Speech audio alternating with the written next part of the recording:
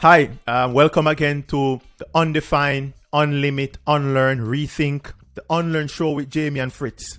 Thanks for staying with us. Thanks for being here. The truth, we are now rethinking. We are now examining. We are dissecting, tearing them apart and seeing what they're made of. We are unlearning preconceived notions, things that were before seen as the standard, the boundaries, limiting, defined. We are undefining. Dr. Fritz Pinnock. Fritz, welcome again. Thank you, Jamie. Captain Jamie, good. Thank you. Yes, and for today, we are going to look or seek to investigate a little bit more about pain points. And pain points is particularly important if you're going to excel in any industry or you are a budding entrepreneur. It's of great value if you can identify pain points, understand how to think about pain points, and quickly see where the gaps are and how they can be filled. Dr. Fritz Pinnock. Fritz has a lot of experience in that, and we will dive into his mind and try to open up that bald head of his and see what comes out.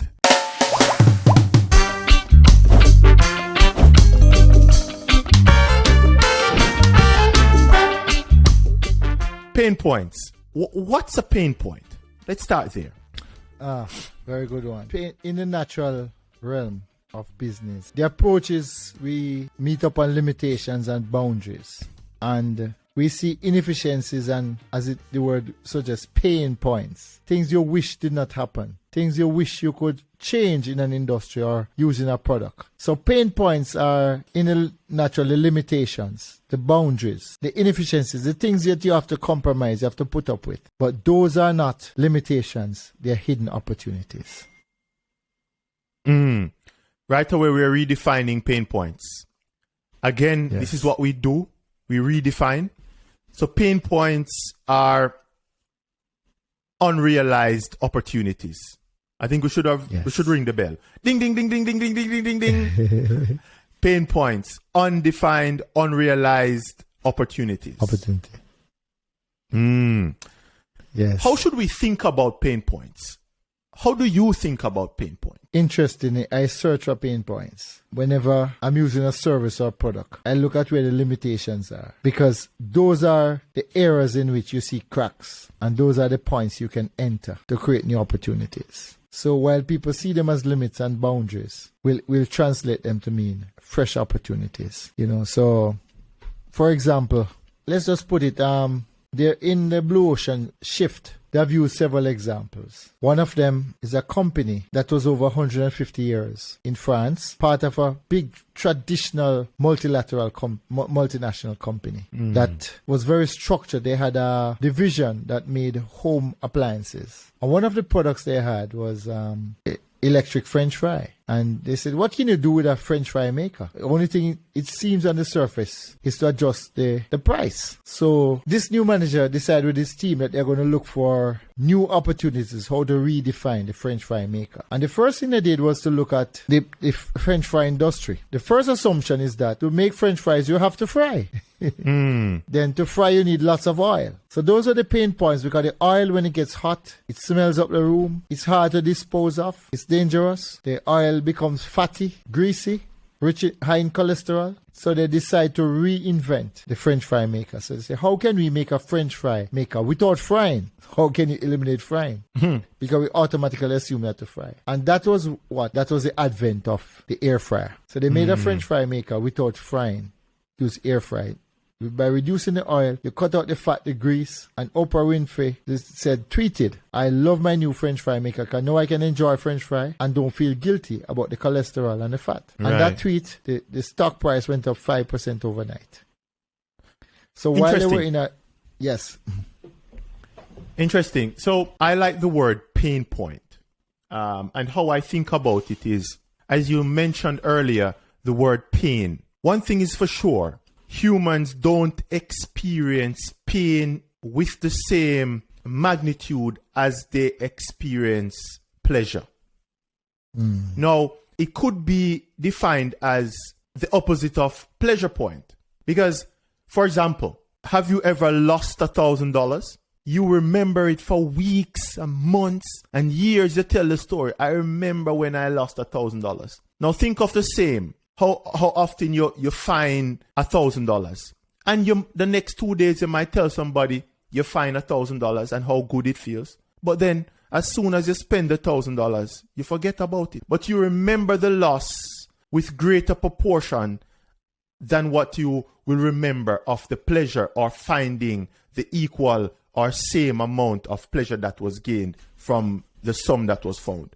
So human beings naturally experience pain in a greater magnitude than how they experience pleasure. Now, one more example. We spoke last week about your most impactful moment. And if you think back to your most impactful moment, you realize that it was a moment of pain. Yes. How many different situations have you been in where you have experienced great pleasure?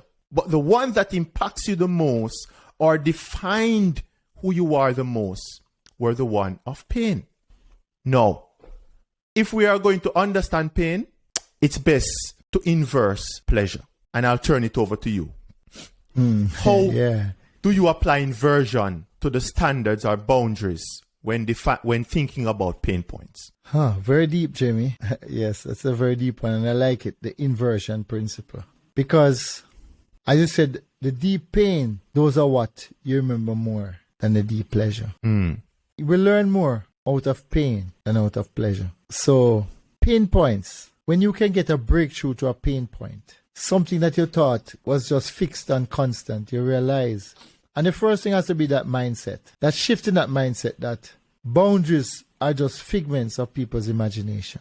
So if you see them as fixed, and this is why the standard approach to strategic planning is to take the environment as given and fixed, and you have to start planning within them. But the more profound approach is to look for the boundaries and the limitations and see them as just an opportunity to redefine that space. So pain points, the solutions are often at our fingertips, but our minds were never led to think about them. It's like coming to someone and say to them, look around the room and identify all the red objects. Now close your eyes, and while your eyes are closed, try and recall the blue objects. It's going to be difficult.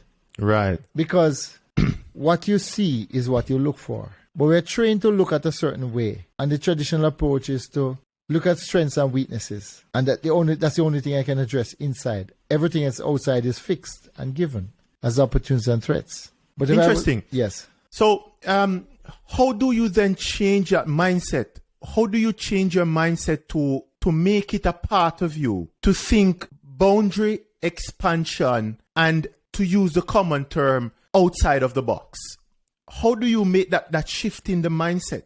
What can you do? What can young people do, young adults, budding entrepreneurs do to prepare that mind to start to think differently? Very good. It goes back to a fundamental question. In seeking for opportunities, I can use two basic trajectories. I can compete or I can create. As long as I'm competing, I'm going to start by saying, who is the best in this business? I want to find them what they do, and then I start to benchmark.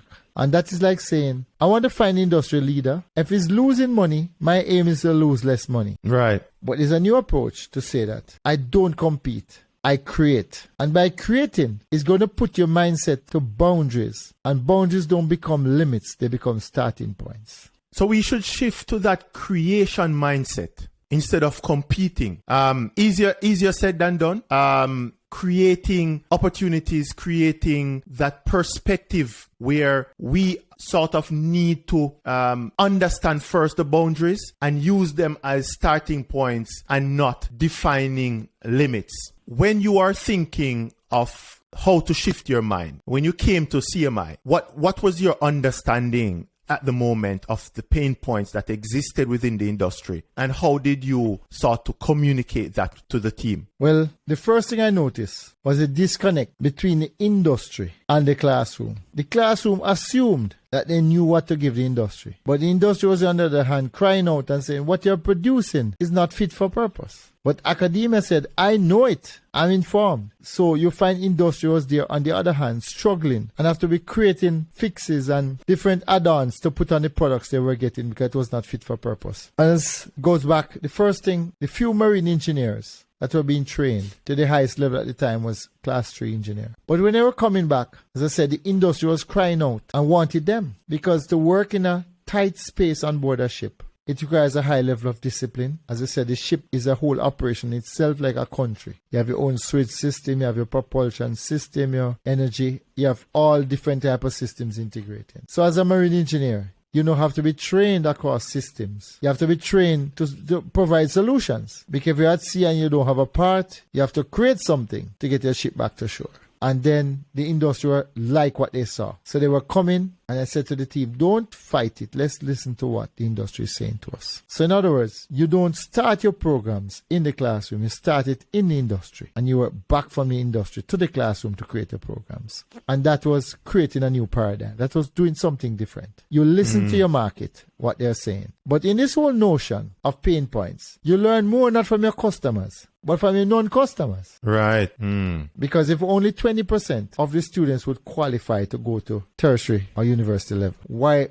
Let's listen to not that 20% per se, but listen to the other 80% why they're not going there. Yeah, because I remember when you came, you said first you're doing a 4-year program. Your first year, which was widely considered as one of the most important year when you would learn the fundamentals and the principles from the different textbooks and lecturers. And then you came in and said, no, first you go to the industry and provide some sort of value. Whatever it is that you can provide in the industry, you help out. And then when you come back to the classroom, not only do you have a better understanding of how or what the industry requires, you now have a better understanding of what you should learn. Yes. Now, that is flipping the script. That is using the standard now as a starting point. Yes. Because you are saying, not only do I know how the industry works, you're coming in back to the classroom for your second year, third year,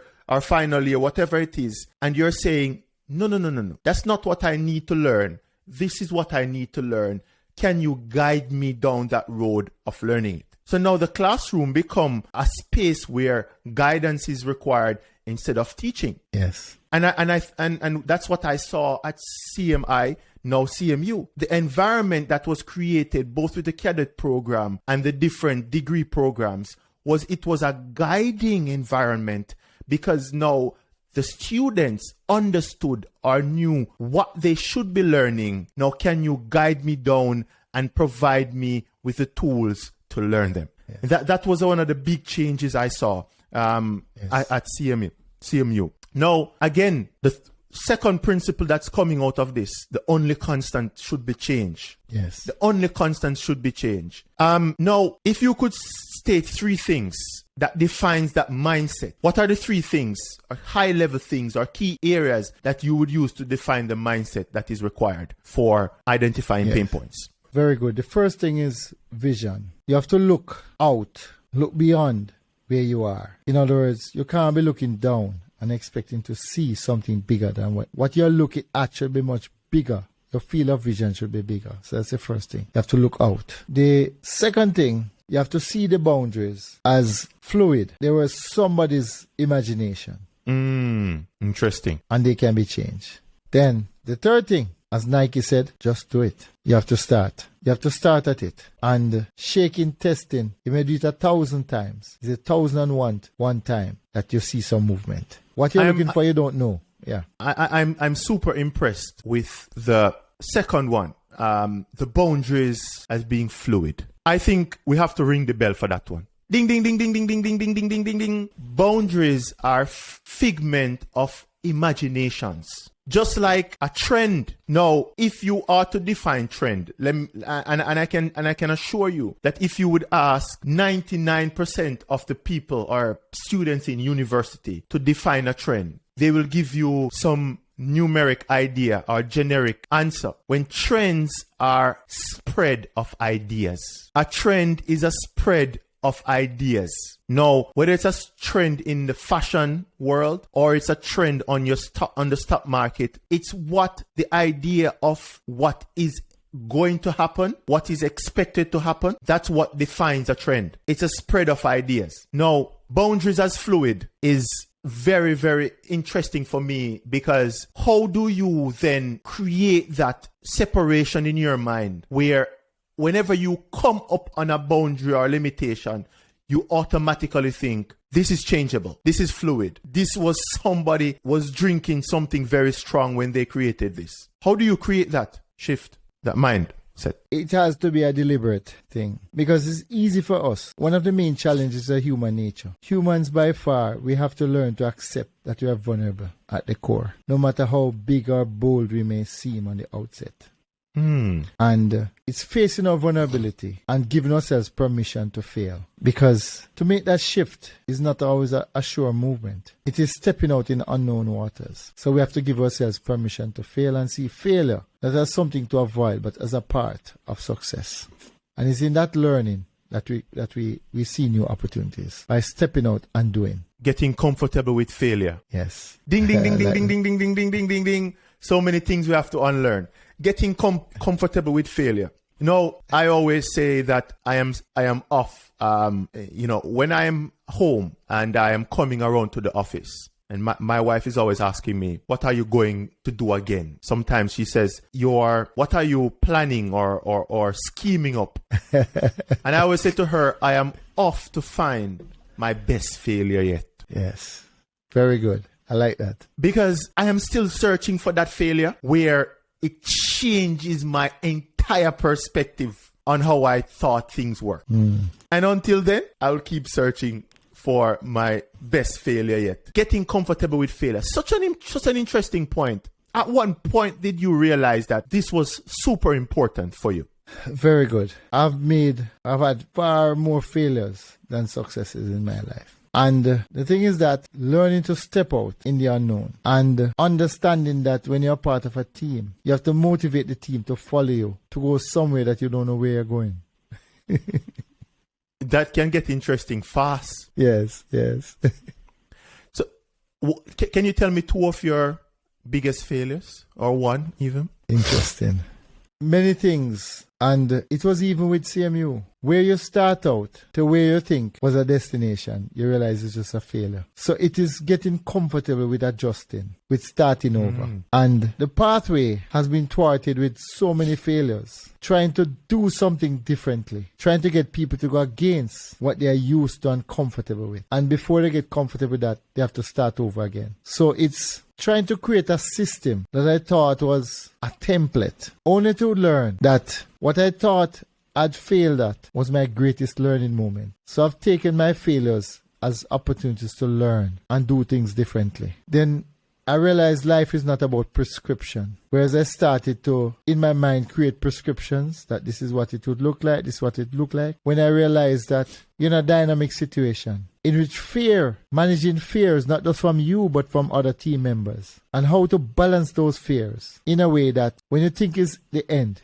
it's only the beginning. Many things that I thought were destinations, I realized it's just a starting point. So I flip my failures as learning moments. So I say sometimes I win and sometimes I learn. I don't see them as failures. I embrace them and welcome them. So your failure was in your mindset in the beginning. Aha. You had a failed mindset in terms of trying to define destinations or create templates for success or for thinking and for your team to sort of now build or reproduce that same level of success because you have created a template and you think you could have achieved that, and that in itself was a failure or a big learning opportunity. Yes. It's very interesting how you mentioned flipping your failures. I oftentimes think of my failures as an asset or a valued product. What do I mean by that?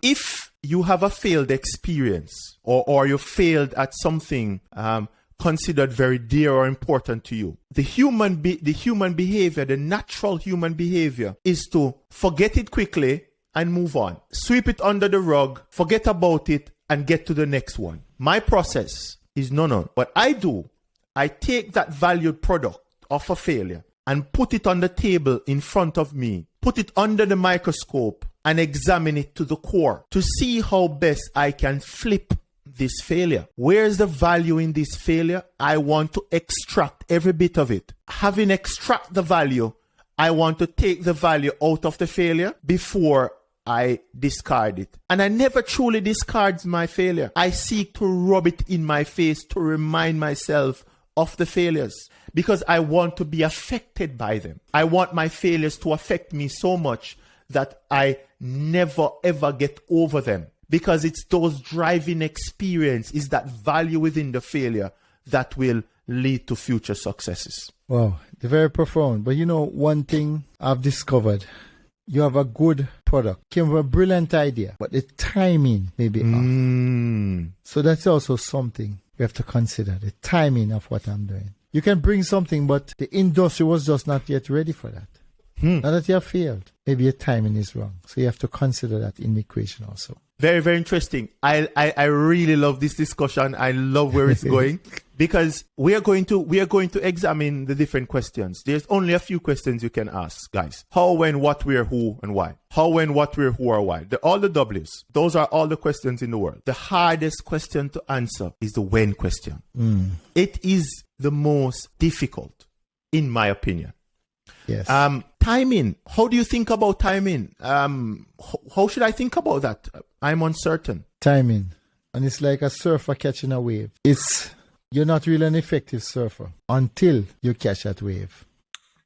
So that timing issue is not something that you can prescribe. It's in the heat of the moment. Timing is something that we try to study, but there's no philosophy with timing. I wish we could learn when, as you said, is that time. That's the most difficult thing. We have the perfect solution, but applied in the wrong time, become an obstacle and not a solution. We are going to dig deeper in this in a separate episode. Yes.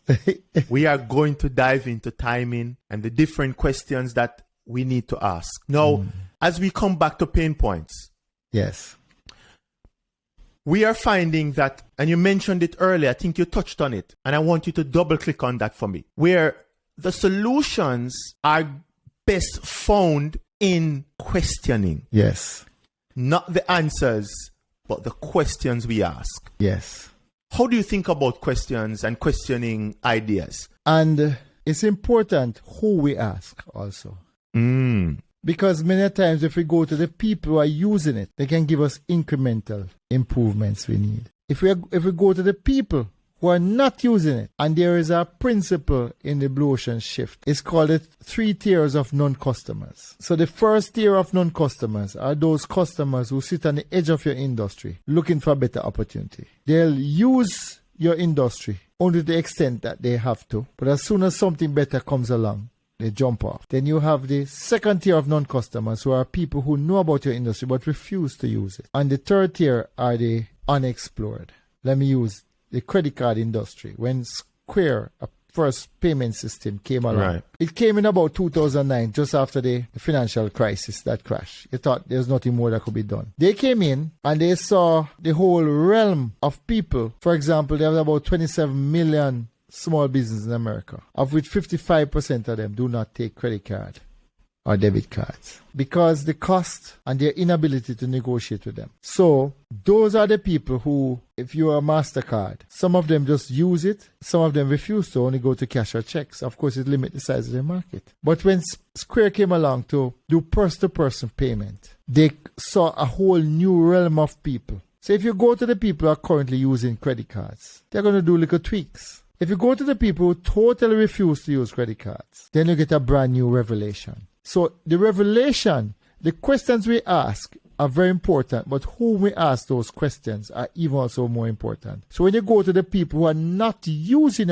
your product or service from the industry and find out why, and they can bring forth a lot of deeper solutions, possibilities to you than you will see in your existing client. Existing clients will say, give me more for less. So you're trading up value. But when you go to the non-customers, they're going to tell you the real story of the world that you're missing. Yes. So the non-customers have the strongest voice. Very, very, very good. But we don't talk to them. But we tend not to speak with them, not to have that in-depth conversation with our non-customers.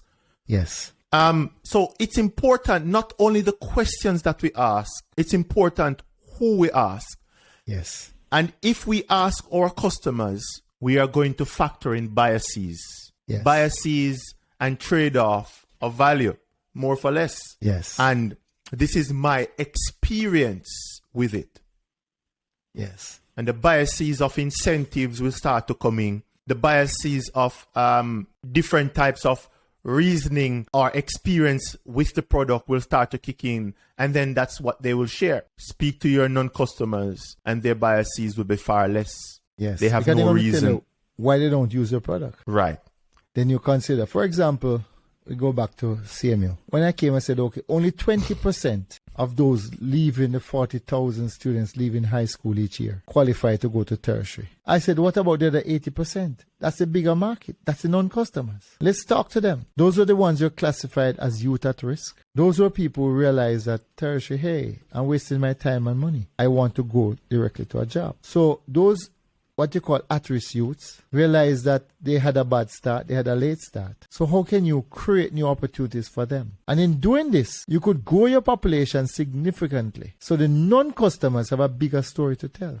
Very, very interesting. Let's move to just do it. Just do it like Nike. I think we have to be careful here with the just do it part. I think it's important that we don't gloss over the discipline aspect, the aspect of doing the work and putting in the work necessary. When you speak about just do it, how do you want us or would like us to think about that? Very good point. A train in the station has no value.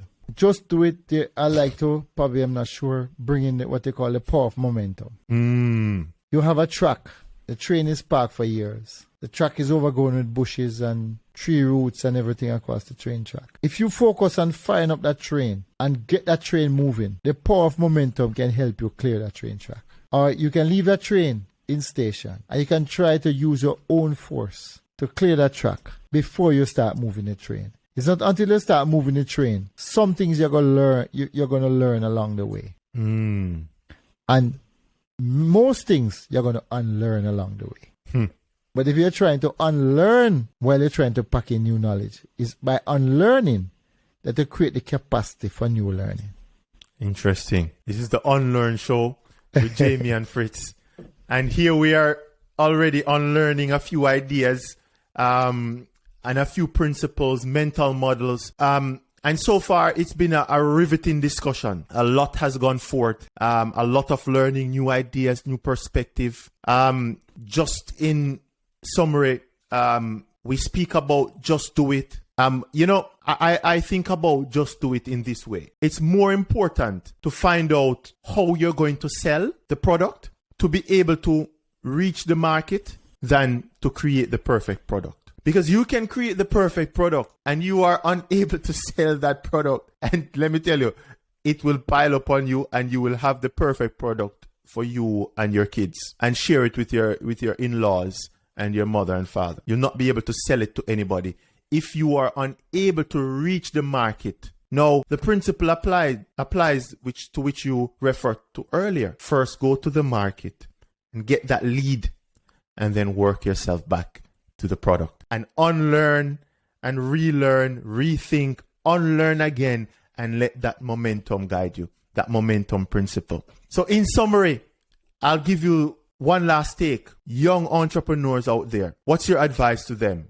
Your final advice to them? Yes, get started. Listen, many times we think we know, and until we experience that we don't know before we start to know. Young entrepreneurs, listen to your non-customers. Look for them. You want to use something? Go to the people who are farthest from using it and find out why. Because that's where your latent demand is. That's where your future market is, where people are not using what you have in mind. You're going to go to those new spaces. And I use the example of what happened with the circus. When, this company actually realized that the animal rights movement was coming against the circus. It was difficult to move around. Cirque du Soleil. Moving around with all these animals and the expense. So what they decided to do was to look across another industry, which is the theater. And they decided to eliminate all these expensive and costly items, such as the animals, the big animals and all of this. And they now look at people who are not using the market of the circus, is where the theater goes, and pull from that market and create a bigger market space where you kept